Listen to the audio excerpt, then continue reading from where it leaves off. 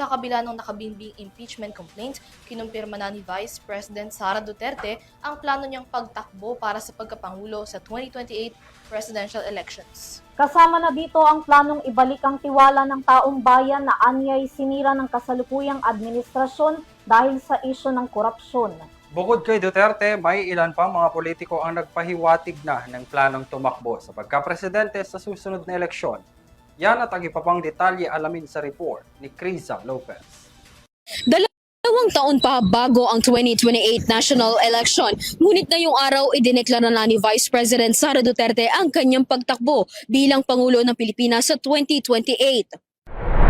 Ako si Sara Duterte, tatakbo bilang Pangulo ng Pilipinas. Shukran. Unang humingi si Vice President Sara Duterte sa publiko ng patawad dahil sa kanyang di umano'y pagtulong kay Pangulong Ferdinand Marcos Jr. na mahalal bilang presidente ng Pilipinas. Iginiit niya na hindi naging tapat si Pangulong Marcos sa kanyang mga pangako noong kampanya. Nabanggit niya sa kanyang mga pahayag ang umano'y katiwalian sa 2025 national budget dahilan para umalis siya bilang miyembro ng gabinete. Dito rin anya nagsimula ang pagsusulong na mapatalsik siya sa kanyang pwesto. Sa unang mga buwan ng aming mga termino, nakita ko na ang kawalan ng katapatan ni Bongbong Marcos Jr. sa mga pangakong binitawan noong kampanya. Pati na sa kanyang sinumpaang tungkulin para sa bayan. Humihingi ako ng paumanhin. Patawad kung tinulungan ko mahalal si BBM bilang Pangulo ng ating bansa.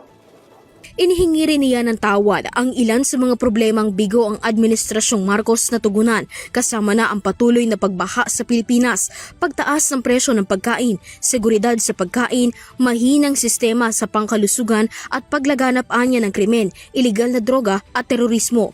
Kasunod ang deklarasyon ni Duterte ng kanyang pagtakbo bilang Pangulo sa 2028 national election, tinawag ng koalisyong makabayan sa Kamara bilang mapanira at desperadong hakbang para kontrolin ang naratibo sa politika at palabasin na si Vice President Duterte ang biktima. Iniiwas din umano niya ang kanyang sarili sa pananagutan laban sa korupsyon, maling paggamit ng confidential fund at pagtatraidor sa tiwala ng publiko.